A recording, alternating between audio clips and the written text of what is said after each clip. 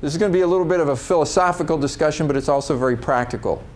When I talk about your relationship with time, what I often find is people who just seem to flow really well with time. And let me give you an example of that. If you've ever read the book Flow, or any of these books that talk about getting in a flow state, or maybe you haven't read the book but you've been in a flow state, it's amazing how much work you can get done. Just imagine you're in your office or your cubicle and you're working on an intense project and you're able to tune everything else out and just like totally get focused and just do it. It's amazing how much you can get done. But then of course if you're getting interruptions all through the day and all that kind of stuff, it's harder to get it done.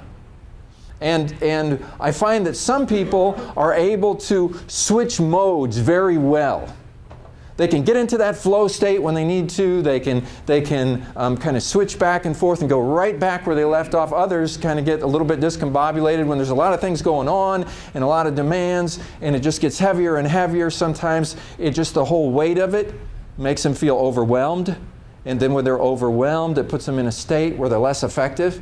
And then they go home and they're overwhelmed by the mess in their house and all the stuff that they need to do there and the kids and the problems that the kids are having. And it's just this overwhelmed kind of thing. So we're going to talk about states. Because if you can, at any given point in time, if you can manage your state and be as resourceful as possible, that in itself is a really key thing. I don't want to just talk about techniques.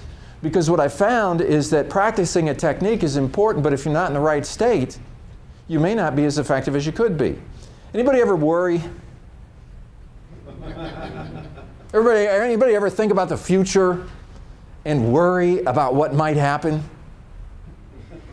Or do you ever think about stuff that happened in the past that was really bad, really messed up, and that affects you in the present? See, your present moment experience sometimes gets affected by the future. Your thoughts about the future gets affected by the past. Now, we need the future. In fact, I often tell people that I've come here to talk to you about time, and I come from the future. What do I mean by that? Because I spend more time in the future than I do in the past. Now, I really spend all my time in the present, but future becomes important. It's about vision. When I think about professionalism and personal growth, I think about the fact that at this point in my life, I know more today than I have at any point in my life. I am growing. Now maybe at some point I'll get so old that I'll get Alzheimer's and then it's going to go in the wrong direction. Okay, but at least now, at this point in my life, I'm growing, I'm getting better. But all my memories were of me at a time when I didn't know as much, and I wasn't as good, and I wasn't as productive. Who's a parent here? How many of you are the perfect parent? How many of you were fully prepared when your first child was born to be the best parent in the world? I will not raise my hand on that one. I was 18 when I got married. My first child, I was 20 as a father. That's pretty young. I had no idea what I was doing. Today, if I had the patience and would go back and do it all over again, I'd be a much better father. Well, because I've learned a lot more. But I remember struggling with all of those things back in those days. And the thing is, those days, even all the way back to childhood, those days formed you today. You might have lived in a home where it was very, very difficult. And you had to learn coping mechanisms. Some people learn avoidance coping mechanisms when they're kids. Avoidance. You know, there's so much intensity going on in the home, it's just, I just avoid it. And then they grow up, and they come into the workplace, and that avoidance is still operating. Except now they're avoiding difficult people and difficult situations at work and stuff like that. They don't know why they do it, they just do it. You know, as professionals, you can't avoid. You got to confront. You got to go right in the face of difficult situations and deal with them. But it may be that you've got some habits that are very deeply ingrained, that are still there with you, that are affecting you today. You see, all of this is about your relationship with time. So I understand that I'm going to be better in the future. So I think about how I'm going to be better when I get in difficult situations instead of jumping into dealing with it the way I would have in the past, I think about what would future me do?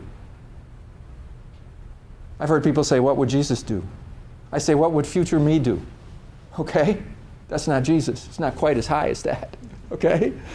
But I think, you know, I'm going to be a better leader. I'm going to be smarter. I'm going to be better at managing priorities. And right at that moment when I can just kind of get it, that I'm falling into those old habits, I think about how I'm going to be really good at this. I'm not so good at it right now because I'm just learning this new technique. And it could be anything from negotiating with somebody to managing your emails when you find yourself just caught in the middle of it and frustrated, but you started a new system. And you go, what would future me do? Well, future me is just that this is going to be easy because I'm going to get so good at this. Exercise. You know, I do the same thing with exercise. And I don't feel like getting on the treadmill. What would future me do? You know, I'm going to be at the point where I'm going to be so good at this and so regular with it and so committed.